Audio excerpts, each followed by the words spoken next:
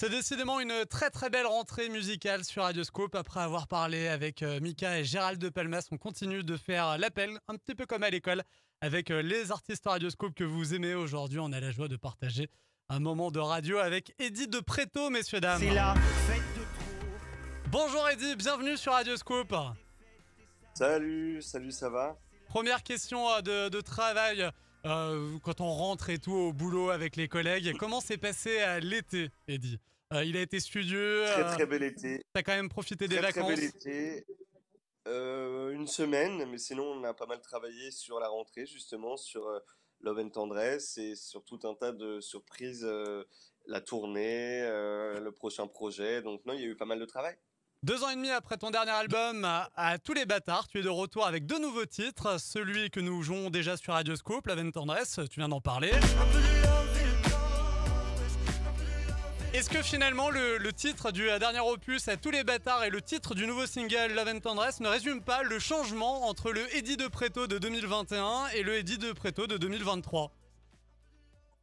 Totalement. Même dans mon processus de travail, ça a été une redécouverte et une recherche totalement différente. J'ai été plus dans la volonté de chercher dans les physiques, dans le sentiment, dans l'émotion, sans trop tenter de trop intellectualiser ou trop analyser, commenter ce que j'étais en train de faire. Donc plus être dans le geste un peu physique direct et parler de choses comment dire, dirais-je, comme de la merde ambiante, en tout cas comme les 2 précédents albums, je parlais plus de la merde. Et là, j'ai eu envie de trouver un peu un souffle, un peu de soleil, un peu d'ouverture et un peu d'amour et de tendresse dans ce que je pouvais créer. Donc ça a été un vrai geste, un autre geste, quoi. Entre-temps, tu as pourtant vécu quelque chose de difficile. Tu as été victime de cyberharcèlement, d'homophobie. Il y a eu un procès, des condamnations. Et étrangement, justement, c'est après ça que le changement s'est opéré.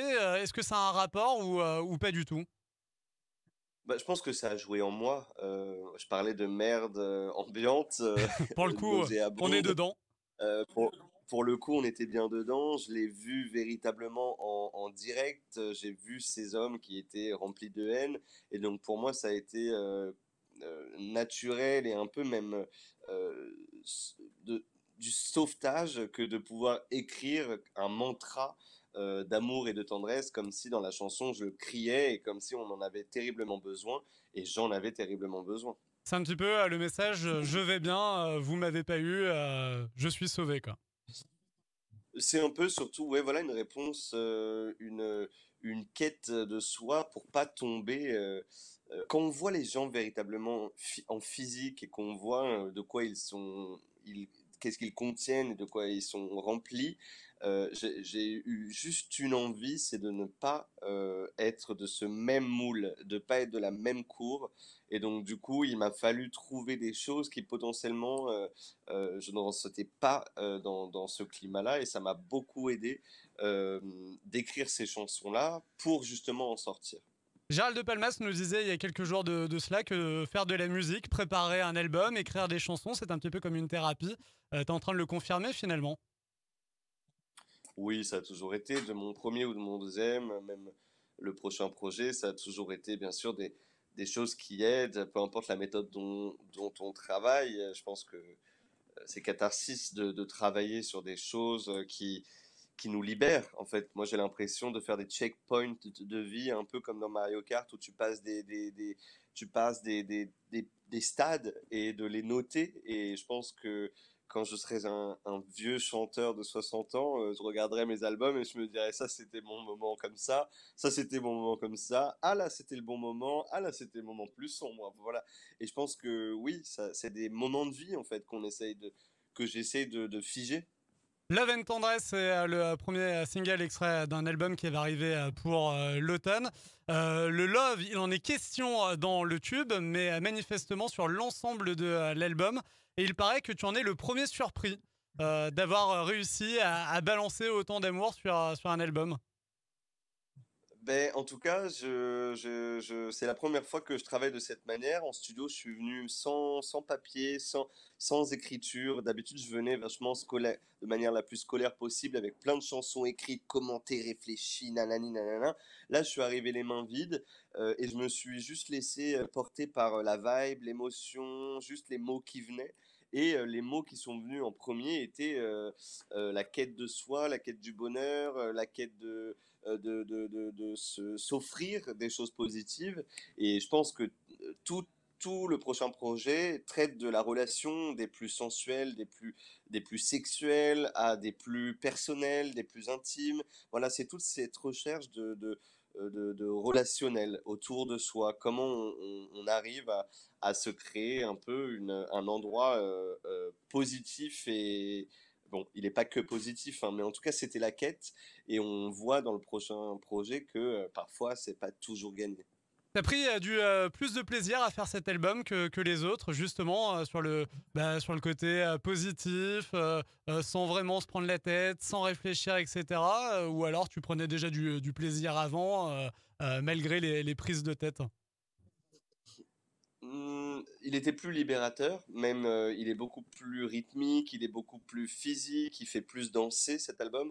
Donc il est beaucoup plus, on le voit dans Love and Tendresse, il y a un mantra un peu de love et de tendresse qui est répété comme ça, comme si c'était notre dernière phrase avant de crever dans ce monde. Et donc du coup, c'était pour moi oui, il y avait quelque chose de très libérateur, quoi. Je me suis quand même pris la tête, mais, mais il y a eu plus de léger, entre guillemets, dans la création, ouais. En tout cas, je laissais plus venir les choses comme elles venaient naturellement, sans vouloir trop les contrer en disant putain ça c'est trop nul ou ça c'est je me laissais aller. Alors il y a eu plein de chansons et j'ai gardé le meilleur de cette époque. J'ai bien aimé la phrase que tu as sortie récemment en interview. Les chansons de l'album ont été écrites comme on se jette. J'aime beaucoup cette phrase. Ouais, comme on se jette contre un mur, comme on se crache, c'est un peu un cri du cœur, un cri, un geste comme ça un élan, et c'est la représentation que j'ai fait dans le clip de Love and Tendresse. Je crois que dans la vie, et c'est un peu l'histoire un peu banale de la vie, euh, on se prend des murs et on y retourne. On arrive à retrouver une certaine énergie.